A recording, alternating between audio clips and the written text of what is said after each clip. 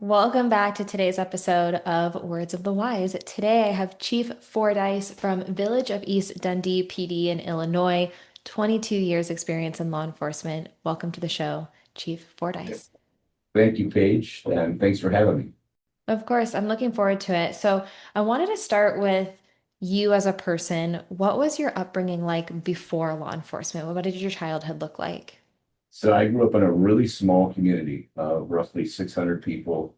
My high school class had 44 kids in it, just to provide some perspective here. But I had two younger brothers, lived in a really rural community, and I think that kind of shaped my development a little bit because in a really small rural community, you kind of know everybody. You've got that sense of togetherness and small town, everybody looks out for each other. And I feel like that's kind of shaped me a little bit as I've grown and even maybe my leadership style a little bit in that, I want to make sure everybody's taken care of. I'm concerned for everybody, so on and so forth. So, but anyway, graduating high school, I went to a small liberal arts school in Knox. It's called Knox College in Galesburg, Illinois. Played football and basketball there. And then after, it was actually during my time in college, I went there to be an anesthesiologist, is what I wanted to be. And I learned quickly that college calculus and college chemistry and I probably took me out of the medical field. So I pursued history and education, but I really didn't know what I wanted to do. And it was at that time I met with a career counselor at Knox. They had me take this aptitude test and a career test, and I tested really high for a police officer. I'm like, I had never considered that before. Um, I was a pretty good football player, so I pursued the NFL for a few years after college. I played 5 years in the Arena Football League, but after about year four, year five, when I realized, this isn't going to be a career for me. I'm not going to make it to the NFL. I can't make a lot of money. I should probably start thinking about what I want to do for the rest of my life. And that's when I started testing for police departments, Mm. which led me to my first positions at TISA. Wow, thank you for sharing. I was writing things down as you were talking and I was wondering and you kind of answered it. Being from such a small town, it to me it seemed like you got kind of the best of both worlds because you dreamed really big. You wanted a really big life outside of the small town, but then you also knew your roots and how to take care of people and that was a part of, something that ingrained in you from the start. So it sounds to me like you kind of got both, which most people don't. College was good for me because it opened me up to the bigger picture. There was more diversity. Like I came from a really small rural farming community, and now all of a sudden I'm at a college where that's represented by roughly 50 nations, Yeah. So yeah, that was very good for me. You said that it shaped your leadership style. Can you talk a little bit about that? What is your philosophy on leadership and what do you think that your leadership style is? Well, I'm very much collaborative, and where I was going with a collaborative leader, and I feel where I'm going with what I said as far as growing up, very small town. I wanted to make sure everybody was taken care of. I wanted them to know that their opinions mattered to me, Mm. right? And that's where I think it shaped my leadership style a little bit. I've taken that into my career. I I don't want to be the one always making all the decisions for everybody. I want their input. I want to hear what they have to say. I want to know what's important to them.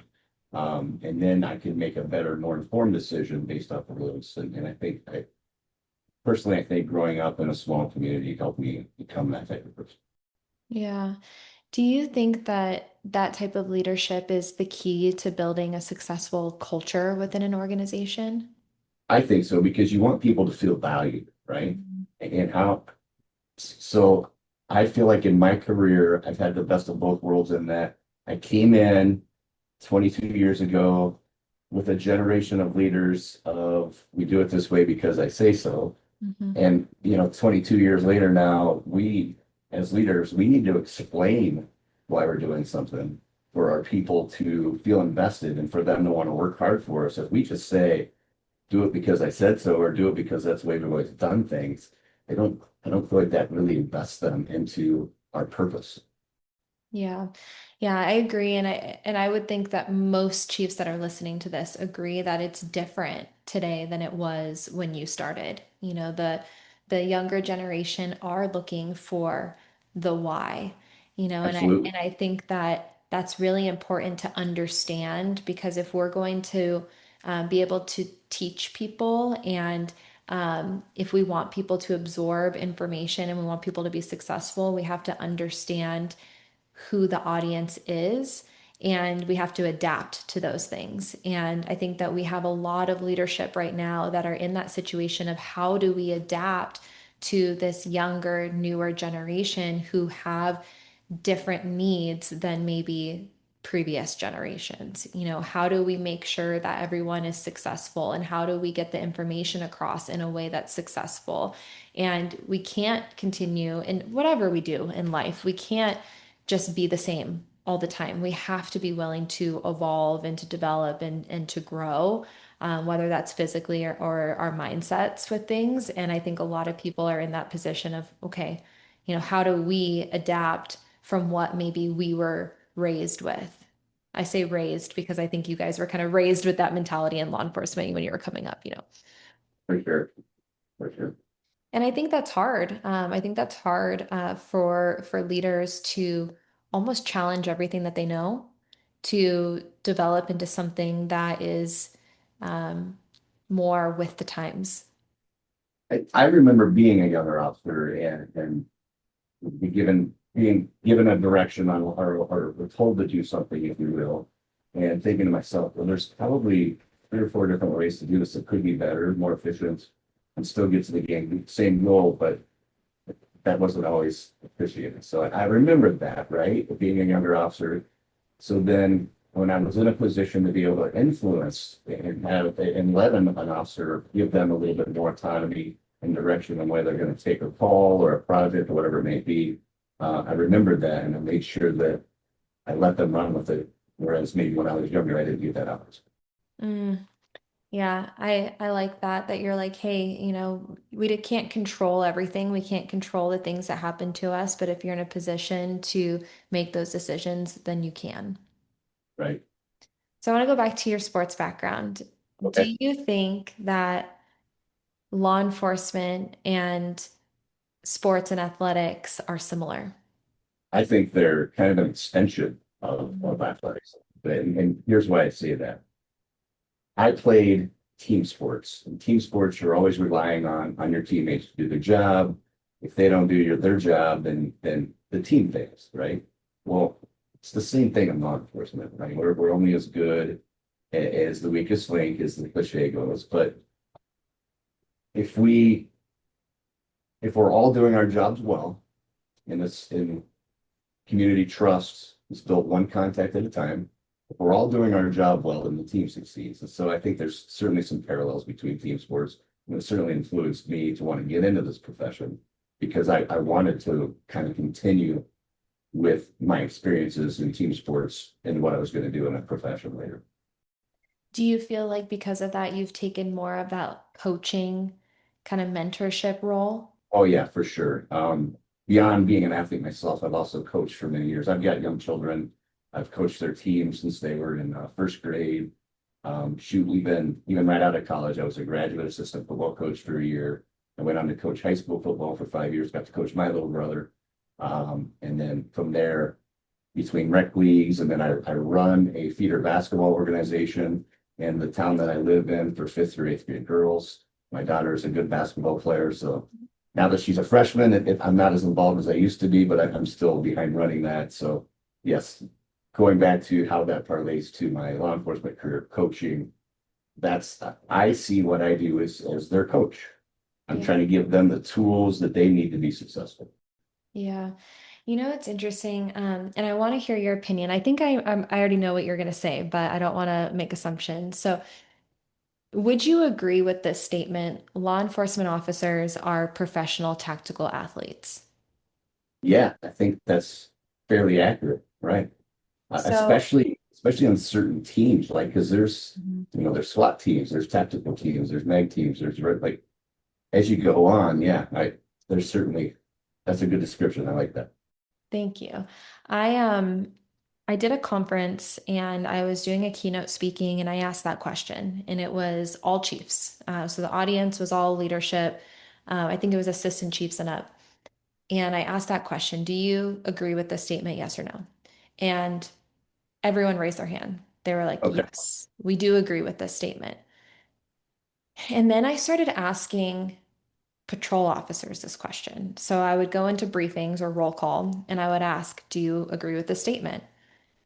And everyone was like, I don't know. Or, you know, no, or maybe, or we should be, but we're not. And so what I Hmm. found is that there's a disconnect. You know, you and I can have this conversation and we can agree and we can say, yes, we think that you have to perform at a really high physical and mental level, right? And there are training methods that are very similar to professional sports that translate to law enforcement. You know, and for you guys, obviously the stakes are much higher. It's not about winning a game, it's about safety, you know, and it can be a life or death situation. So we want to make sure that you're physically and mentally prepared and that you have the training tools and resources to be successful. And if we can have these conversations with leadership and everyone agrees that that's true, how do we then get the message across to everybody else? You know, because if I'm asking that question and everyone's like, I don't know, or, you know, we should be, but we don't know if we are, you know, then we have to kind of bridge that gap. And so I find that to be interesting because I only talked to chiefs on this podcast and I was like, yeah, we're all on the same page, you know, and then I started talking to patrol and they, you know, were maybe I think they want to be or they want to feel like they are, but Okay. maybe it hasn't been a part of the conversation. And so, are there any specific conversations or training methods that you use internally that focus on, you know, physical and mental health so that we can convey the message that you guys are tactical athletes?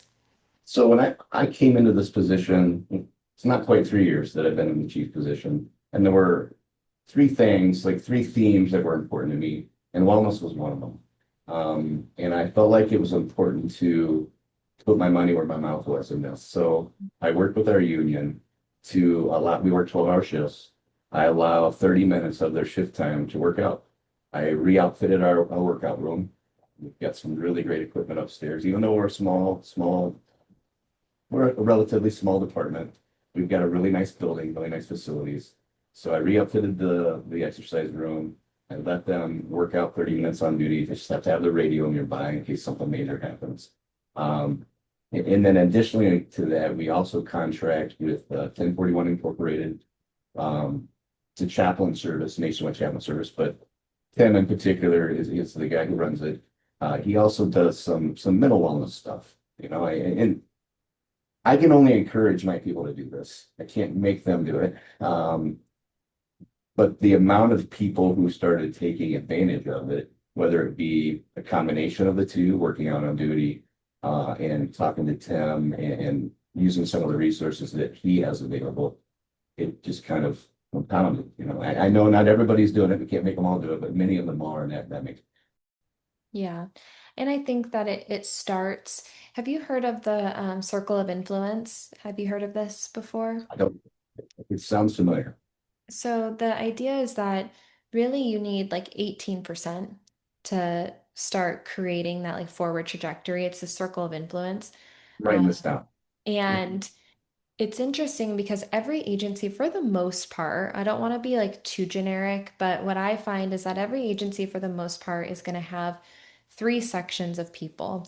You're going to have the top 10% that are like go-getters.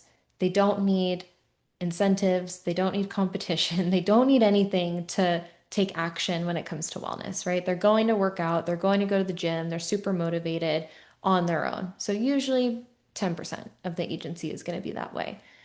Then you have 10% of the agency that like won't do anything yet. I don't want to say ever, but you have the people where you know like they don't really do anything at all. Maybe they have like the most pushback, you know, and or they're in the, you know, the roll call or briefing room with their arms crossed and, you know, kind of rolling their eyes at things. So 10% of people who maybe are turned off by it for whatever reason.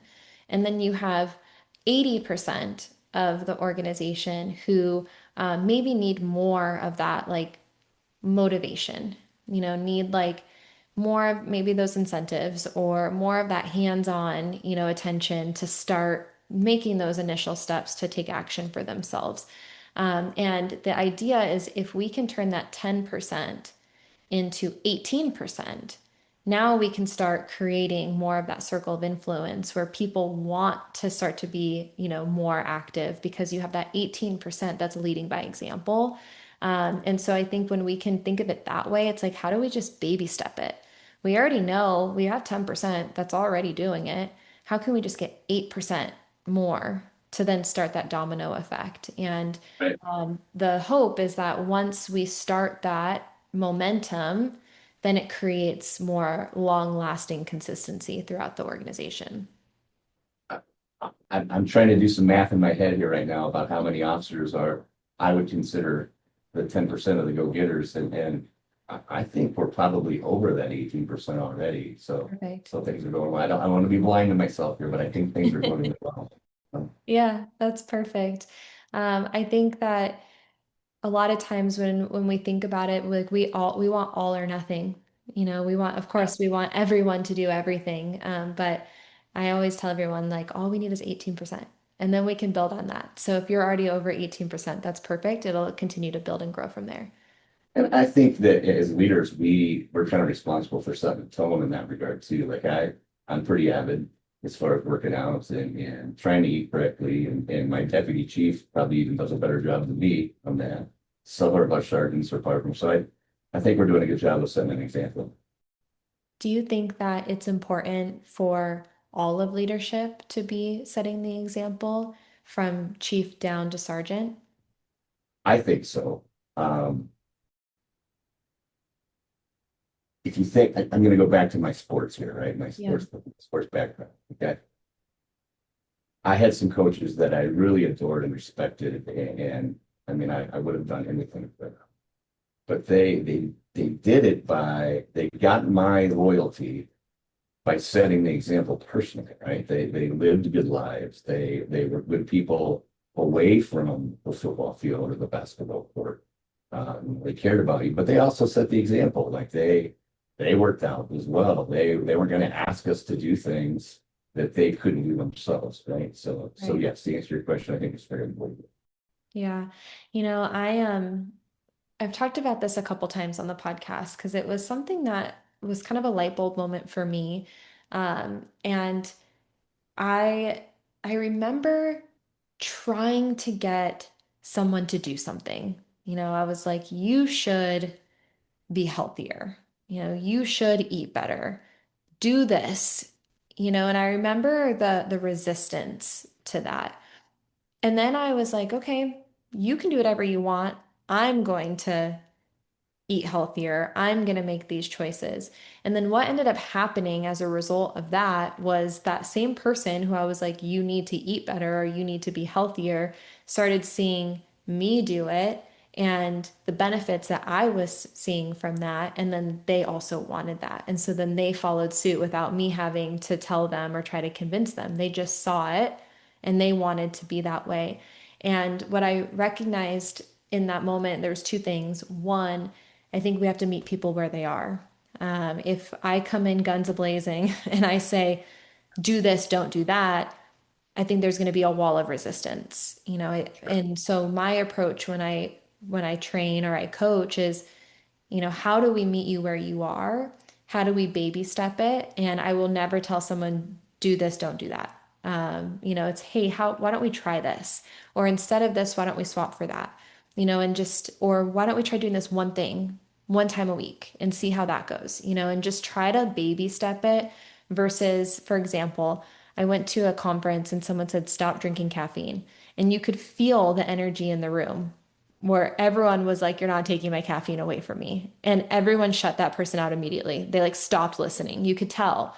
So instead of stop drinking caffeine, it's, maybe we can start reducing it a little bit. Maybe that last cup is like 50-50, and so I learned meet people where they are for receptiveness and buy-in for things, but then also lead by example. I think people, they want to look to other people for ways to be. And I think the more we start to look at our circle and we start to recognize who do we want to emulate? who do we want to be like? What are those habits? What are those routines so that we can start following in those footsteps? But we have to be willing to do that ourselves for people to want to follow suit. For sure. For sure. I used to run a weight loss challenge. I came to East Dundee from a department called Woodstock Police Department. It's also a department in Illinois. Did about 20 years there.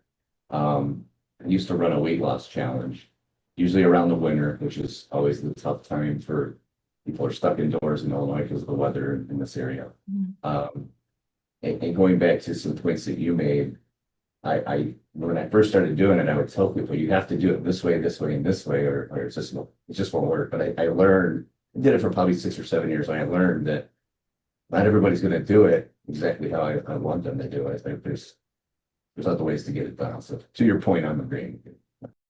I think it goes back to what we were saying before too, like understanding that there's different personality types and people are going to learn in different ways. They're going to receive information in different ways, and we can't blanket approach anything. There are some people out there where they want to be told what to do. Like Sure. they want to be told exactly what to do verbatim, and they're going to follow this structured plan. And you have other people where you need to be a little bit more delicate and, try to figure out, how we can baby step these things. And so I think it's also understanding your people.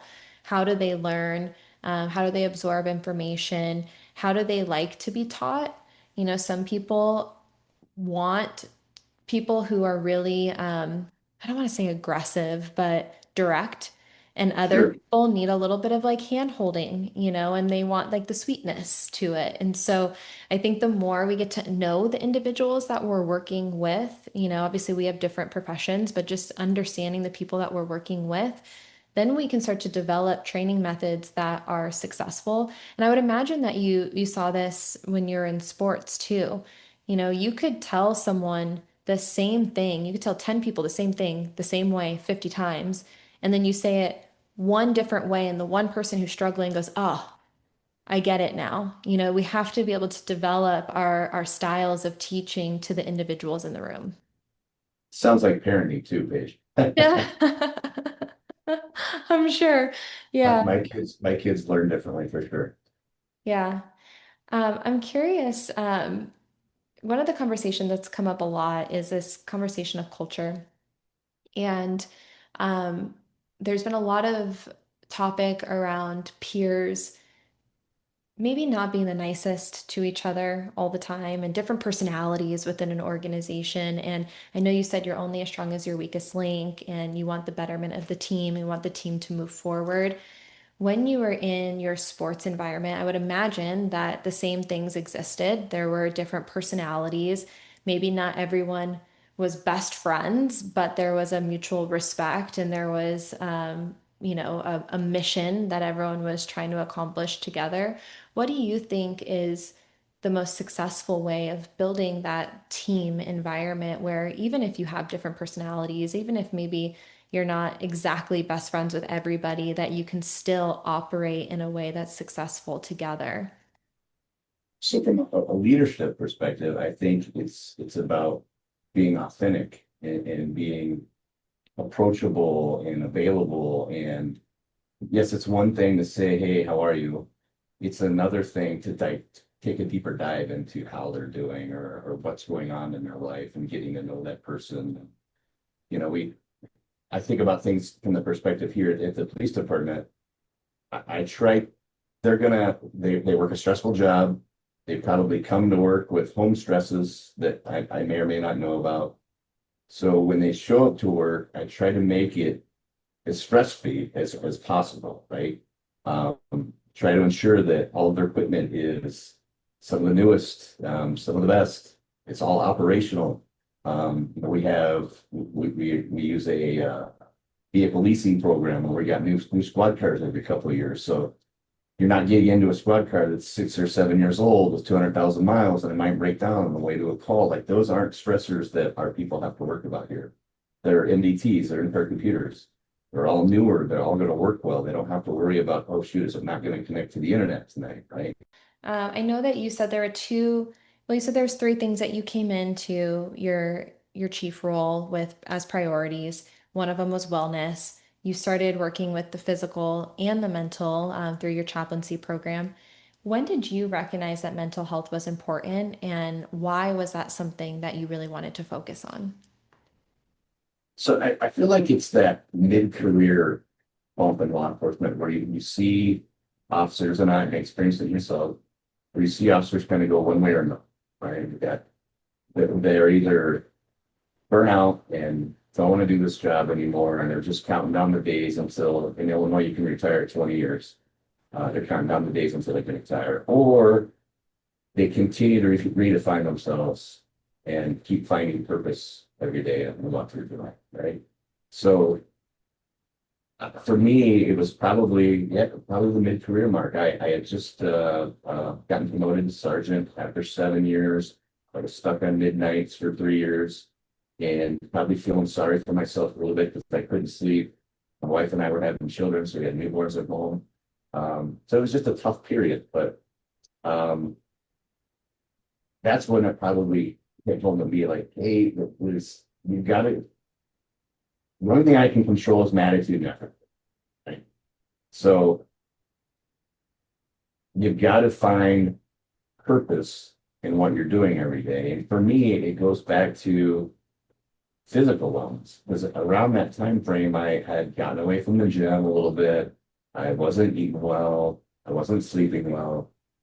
So I just made a decision. I'm going to get back in the gym and get back in better shape. And it's just kind of, it's funny how it always works out that those little things that were nuances and those little stressors just became less and less stressful once I had my physical and mental wellness in check.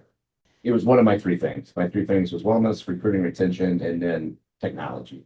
Like we need to capture, we need to take advantage of AI. Technology is evolving in this career field like gangbusters right now. Are you familiar? I'm sure you're familiar with Axon. Axon does the body cameras. They have the fleet cameras in the cars. They do our tasers. Yep. Well, Axon recently came out with a subscription plan that's part of their body cameras called the AI Era. Mm. There are several modules within this AI Era plan. One of them is Draft One, it's called. It will write your report for you off of your body camera, right? There's translation. We have a large truck park in our town. A lot of them speak Russian, Polish, Spanish. Well, not all of our officers, in fact, none of them speak Russian. But what we do is on the AI Era plan that's part of our body cameras, we click a button on our body camera. They'll speak to us in their language. It'll interpret it for us. Push the button again. We say what we need to say in English, and it'll say it back to them in their native language. So again, that's just another example. I foresee in the future of policing that our body cameras are going to be writing our reports for us. And I wanted to get ahead of that. So the more that we can take advantage of AI, I think the better we'll be as a Yeah. now I know the flip side of that is it's scary and it's going to take over humanity and yes, there's got to be some oversight on how it's used and though it's not manipulated or abused, but by and large, I think our profession really needs to get on board. It'll make our jobs easier. Yeah, I've always said that I think a really good strategy is to start with the physical. If you're feeling in a rut or you're feeling burnt out, it's the one thing that I think is tangible where people can understand it and feel it. And then you start to notice the benefits that that has on you mentally, emotionally. It makes you want to eat healthier. It makes you want to make better choices. And so I always tell people if you're going to start, if you're feeling down or feeling burnt out, physical. Even if it's something Right, small, like go for a walk, right, 20-minute walk around your neighborhood. That will change the chemistry in your brain. It literally will change you. And so, how can we start there? And the pushback that I always hear is, well, I don't have time. And I always push back on this. And maybe this is just my perspective or my personality. And I've been there too. Trust me. Like I don't want to go. Like I'm not the person that's like waking up and going and like so happy to be there. Like I'm kicking and screaming the entire way there, but I know that it's good for me, so I do it. Um, So I'm there. Like I understand what it feels like to not want to go and do these things sometimes. But to say that we don't have time, we do have time, even if it's in small increments. Maybe it's not an hour, maybe it's 10 minutes, 20 minutes, 15 minutes, whatever that looks like. But are we utilizing our time as effective as we could? And I think that if we really were honest with ourselves and we took a look at it, the answer would be no. And so I always tell people lean on dedication and consistency over motivation because you might not ever feel motivated, especially if you're on that like downward spiral. I'll put that in quotes, but like this kind of like you were saying, well, I wasn't really eating healthy and then I wasn't really working out and then I wasn't really sleeping and like that kind of became the routine. If that's the routine, then we need to understand, are we using our time effectively? And can we start making small incremental changes that lean on discipline, not motivation, because motivation is fleeting. Sometimes motivation never comes. There are some people who are never, ever, ever going to be motivated to go to the gym, ever. So it's not motivation. And so when I hear the timing thing, it's like, yes, time can be challenging, especially when you have family and you have other things going on. But I don't believe that that is the ultimate excuse or a reason. I think that it is more of an excuse than anything else. And to your point, that's also why I wanted to give the guys and gals that work here time to work out on booty. Like Yeah. you can't tell me you don't have time anymore because I'm giving you time on your shift to do it. Yep, exactly. And I've talked to a lot of chiefs about this where they're like, well, why don't you use it now? What's the excuse now? And really it's if it's not time, what is it? And if we're honest with ourselves, it's probably motivation or dedication to it, right? It's like you just don't feel Priority. like it or you don't have the routine yet. So how can we create that circle of influence that's going to motivate people? And if you are a part of that circle of influence who is doing these things, can you motivate other people to do it? Can we hold each other accountable? I've said this before. I think accountability buddies are the best. If Agreed. you have, and maybe you can create that within an organization where it's like everyone kind of buddies up and you hold each other accountable for getting in the gym or doing the things that you need to do from a wellness perspective. And that helps to build, that momentum agency wide. I am far more likely, and I know this about myself, and this is why I have accountability buddies. You have kids. Did you ever see Finding Nemo? Oh yeah. Many times. And they said, do you have your exit buddy? Yes. That's what I think of. And like, do you have your exit buddy? And they like kind of hop up together. Like, I think of it that way. It's like, how can we lean on each other a little bit? And I have a personal trainer that I pay to get my butt into the gym. Like, otherwise, there are days where I probably wouldn't go, but because like I paid him and he's waiting for me, I'm And there, he's, you and he's know? gonna have a hard time if you don't show up.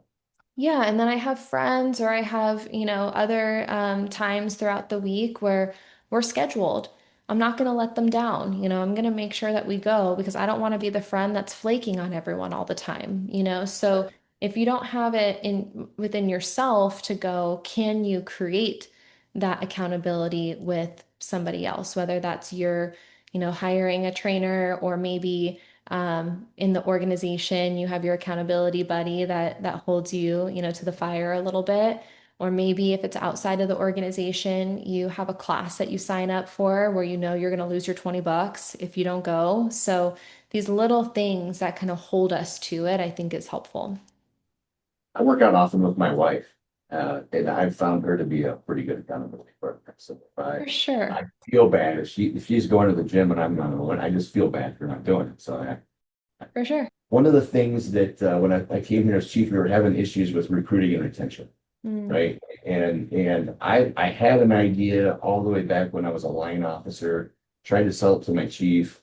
It just never gained any traction. So I always told myself, if I'm ever going to become a chief, I'm going to do this. So what we do here at East Dundee, and it's solved our recruiting and retention problem, is that we don't most police departments, at least in Illinois, what they'll do is they'll throw out, hey, we have an opening for a police officer, come and test, and you'll have if you're lucky, you'll have as many as 50 people show up to test. It's generally a physical and a written test. And then they'll establish a list. and then your name stays on that list for 2 years.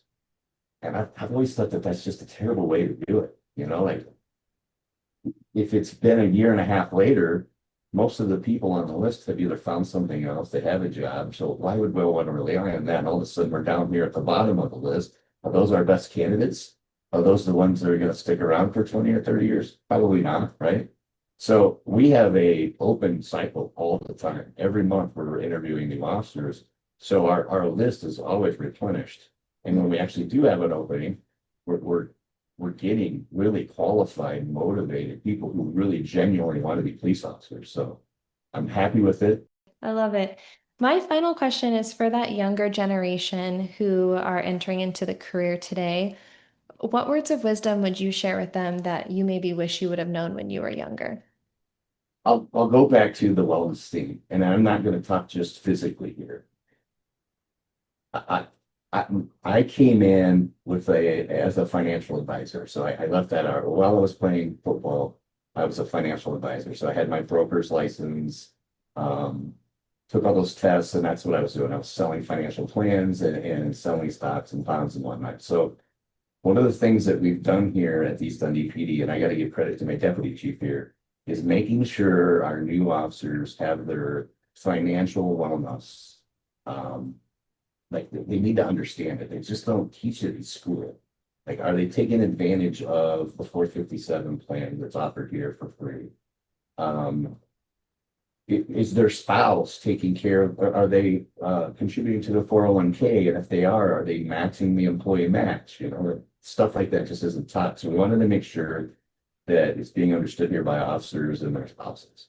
So to your question, my advice is make sure that your house is in, not, make sure your body's in order, make sure your mind's in order, and have a vision for the future because you're just not going to do this career. This is a small stop in your life, 20 to 30 years, and you're going to be doing something else. And if you're lucky enough, maybe you get to live another 30, 40 years and enjoy your life. So make sure that your house is in order. I love it. Thank you so much for your time. I really appreciate you coming on here. Thank you, Paige. Of course.